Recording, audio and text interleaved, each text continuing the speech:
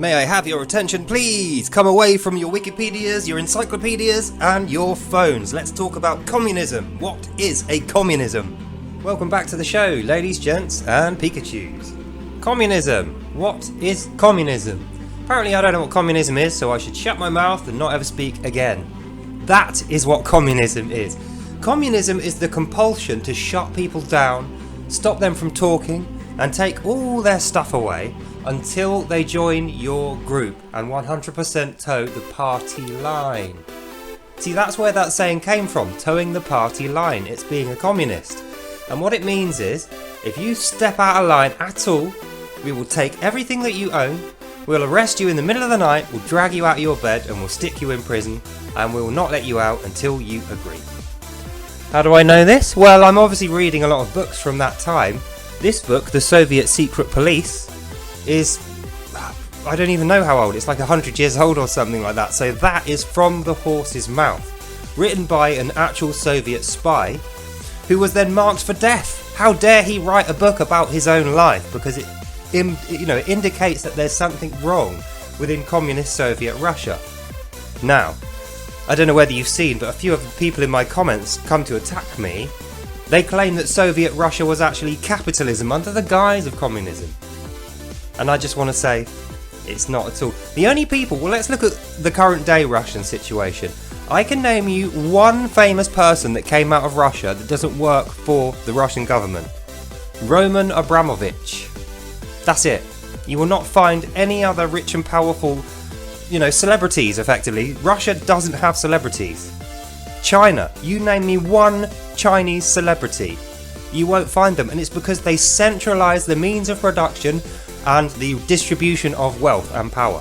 And what that means is the government collects everything in and goes, here you go, gives a tiny little bit out, here you go, and then you have that to work with. And if you complain, they go, well, fine, we'll take it back. So guys like Roman Abramovich, he is not one of those in the classless society. He doesn't live there. He's a level above the classless society. See how that works in a classless society, having two classes, a lower and an upper class? That's why he thinks it's capitalism, because there's a higher class of people and a lower class. But what he doesn't realise, ladies, gents and Pikachus, is this. Capitalism isn't a class system. Capitalism discriminates via wealth. That's the only thing it cares about. If you've got enough money to buy a product, we'll sell you it. If you don't have enough money to buy the product, we'll give you a loan. If you're not trustworthy for a loan and you have no money, you're not getting the product. It's as simple as that. And the reason is because I made the product. It's mine. I put my time and my wealth and my energy into producing that product, not because the government's behind me with a whip going, forcing me to do it. It's my artistry. I like doing that. Like the guy who made this t-shirt for me. Nobody forced him to design this artwork and make a t-shirt out of it. I asked him, would you be willing to make this t-shirt for me and I will pay you? And we negotiated out a price and shook hands, and he made it and I bought it and I'm wearing it. That is what communism lacks.